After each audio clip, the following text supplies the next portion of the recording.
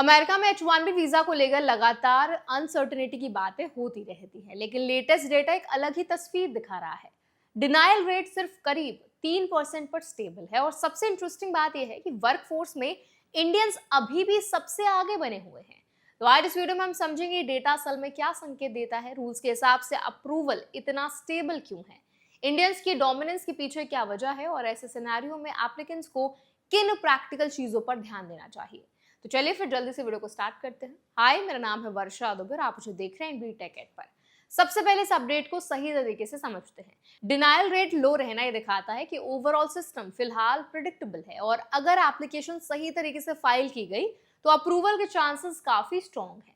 इसका मतलब ये भी है कि अथॉरिटीज अब ज्यादा टारगेटेड स्क्रूटनी कर रही हैं, यानी रैंडम रिजेक्शन अब कम हो रहे हैं, फोकस डॉक्यूमेंटेशन और एलिजिबिलिटी पर है। अब सवाल आता है कि इंडियंस इस वर्कफोर्स में इतने डोमिनेंट क्यों है। इसका एक बड़ा रीजन है स्टेम फील्ड्स में स्ट्रॉन्ग प्रेजेंस, टेक्नोलॉजी, इंजीनियरिंग और स्पेशलाइज्ड रोल्स में इंडियन प्रोफेशनल्स की डिमांड लगातार बनी हुई है। यूएस कंपनीज इस रोल्स के लिए स्किल्ड वर्कफोर्स ढूंढती हैं और इंडियंस इस गैप को इफेक्टिवली फिल कर रहे हैं।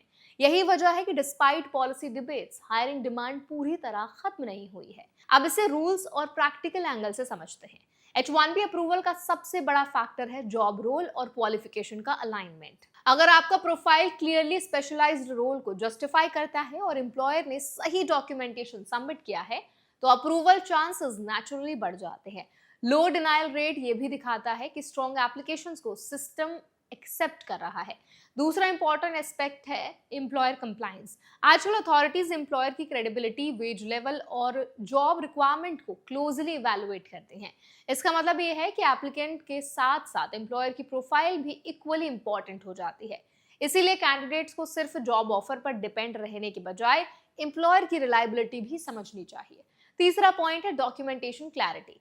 कई केसेस में रिजेक्शन का कारण एलिजिबिलिटी नहीं बल्कि इनकम्प्लीट या इनकंसिस्टेंट डॉक्यूमेंटेशन होता है। इसलिए एप्लीकेशन फाइल करते समय हर detail, education, experience, job description proper तरीके से अलाइंड होनी चाहिए। ये छोटा सा स्टेप अप्रूवल प्रोबेबिलिटी को काफी इंप्रूव कर सकता है। अब इंडियंस के लिए प्रैक्टिकल समझ क्या बनती है। सबसे पहले डेटा पॉजिटिव सिग्नल देता है कि सिस्टम पूरी तरह बंद नहीं हुआ है। अगर प्रोफाइल स्ट्रांग है और प्रोसेस सही तरीके से फॉलो किया गया है तो चांसेस अभी भी अच्छे हैं, लेकिन इसका मतलब ये नहीं है कि कंपटीशन कम हो गया है। एक्चुअली लो डिनायल रेट के बावजूद सिलेक्शन प्रोसेस कंपेटिटिव बना हुआ है। दूसरा, एप्लीकेंट्स को ये समझना होगा कि अब फोकस क्वांटिटी पर नहीं क्वालिटी पर है। स्ट्रॉन्ग स्किल सेट, सही रोल अलाइनमेंट और क्लीन डॉक्यूमेंटेशन, ये तीन फैक्टर्स सबसे ज्यादा मैटर करते हैं, इसीलिए प्रिपरेशन उसी हिसाब से करनी चाहिए। तीसरा, पॉलिसी इन्वायरमेंट बदलता रहता है लेकिन कोर रिक्वायरमेंट वही रहती है, एलिजिबिलिटी और कंप्लायंस।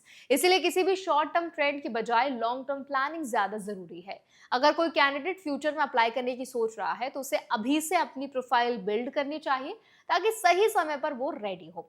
एक और प्रैक्टिकल बात, अगर एप्लीकेशन प्रोसेस में डिले या एडिशनल क्वेरीज आती हैं तो इसे नेगेटिव सिग्नल मानने की बजाय नॉर्मल प्रोसीजर के तौर पर देखना चाहिए। कई बार अथॉरिटीज एक्स्ट्रा इन्फॉर्मेशन मांगती हैं जो अप्रूवल प्रोसेस का हिस्सा होता है। तो कुल मिलाकर ये सिचुएशन एक बैलेंस्ड पिक्चर दिखाती है। एक तरफ पॉलिसी डिस्कशन चलते रहते हैं लेकिन दूसरी तरफ एक्चुअल अप्रूवल स्टेबल है और इंडियंस की डिमांड बनी हुई है। इसका क्लियर टेक अवे यही है कि सिस्टम अभी भी स्किल्ड प्रोफेशनल्स के लिए ओपन है, लेकिन अप्रोच स्मार्ट और वेल प्रिपेयर्ड होनी चाहिए। जो कैंडिडेट्स रूल्स को समझकर, डॉक्यूमेंटेशन स्ट्रॉन्ग रखकर और सही स्ट्रैटेजी के साथ आगे बढ़ेंगे उनके लिए अपॉर्चुनिटीज अभी भी मौजूद हैं और यही सबसे बड़ा एडवांटेज है चेंजिंग इमिग्रेशन लैंडस्केप में।